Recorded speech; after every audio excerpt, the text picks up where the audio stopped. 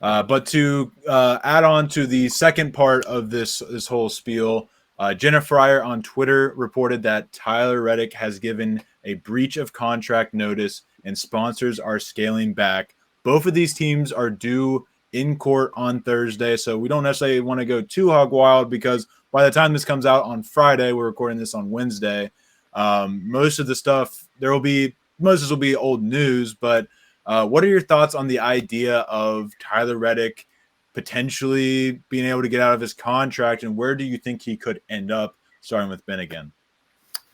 Yeah, I mean, it's definitely mind-boggling though, because when you think of Tyler Reddick when he got to 23-11, though, he was going to be maybe their franchise driver. I mean, the how talented this guy is, though. But I mean, it's kind of up in the air on where he can go, though. I mean, I don't know if I'm talking crazy here, but say for instance, if 23-11 does shut down, like what if maybe Junior Motorsports makes a jump to the Cup Series, though? I know that's probably a tough bold prediction, though. But yeah, I feel like if that does happen, I'm not really sure. But I honestly don't like. Say for instance, though, if Legacy does end up getting that third charter, I just don't see him going to Legacy.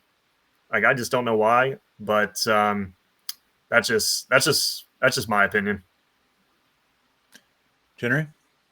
I don't see him leaving unless it closes because I don't see a better option for this season. I feel like his breach of contract thing that he put in is probably just what you have to do in that situation. Just protect yourself if the opportunity does come. Mm-hmm. I could see him in the 48 after this season. Bowman does have a contract due next season in Ally Lexing, but I don't see him anywhere. I could see maybe he goes to Legacy, Toyota tries to keep him in-house with Denny Hamlin's replacement, potentially. But even that, I don't see a better ride for him jumping ship.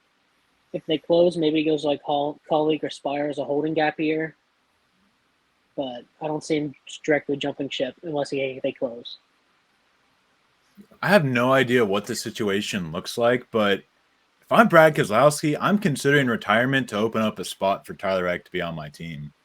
I mean, think of that lineup right now. Ryan Preece has built himself into a consistent, it's only been 1 year, but he looks like a playoff threat. Looks like he will be for a couple years to come.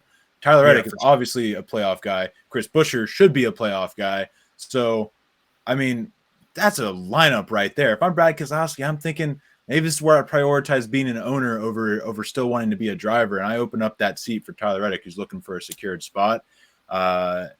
Yeah, I mean, I don't see them opening up. Well, they can't even open up to 4 now anymore. I forgot about that. Let's not forget that 6 is not guaranteed a charter next season if they lease it from Rick Ware. Yeah, that's true. Maybe they're trying to get purchase a charter. Maybe that's who's in the charter. I don't know. Maybe, yeah. There's a lot. If that happens, I could see Brad retiring to keep Preece. Yeah, for sure. This whole silly season has been one of the quieter silly seasons I would say in a while, but I think this lawsuit really has the potential to turn it into another just what the hell silly season if they really want to.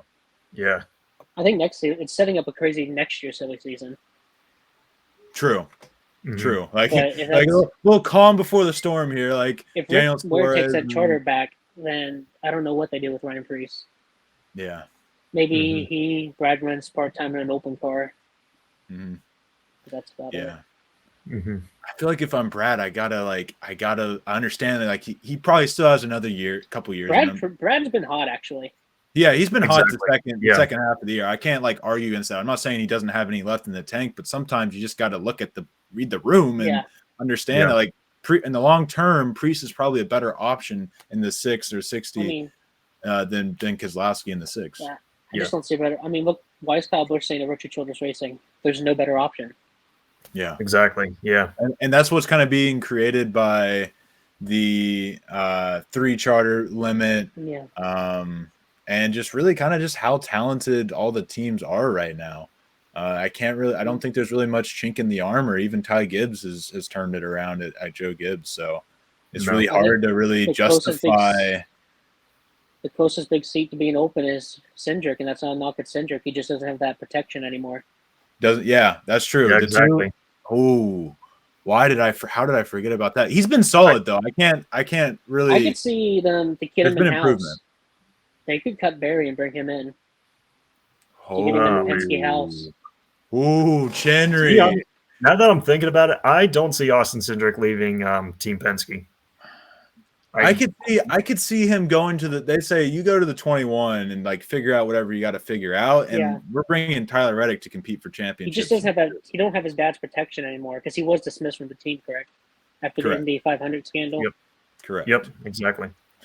So I could see. I mean, Penske one talented driver right there. Penske's really good at getting those drivers that slip through the cracks at other organizations too, like finding a way to bring in. Joey Logano is a former Toyota guy.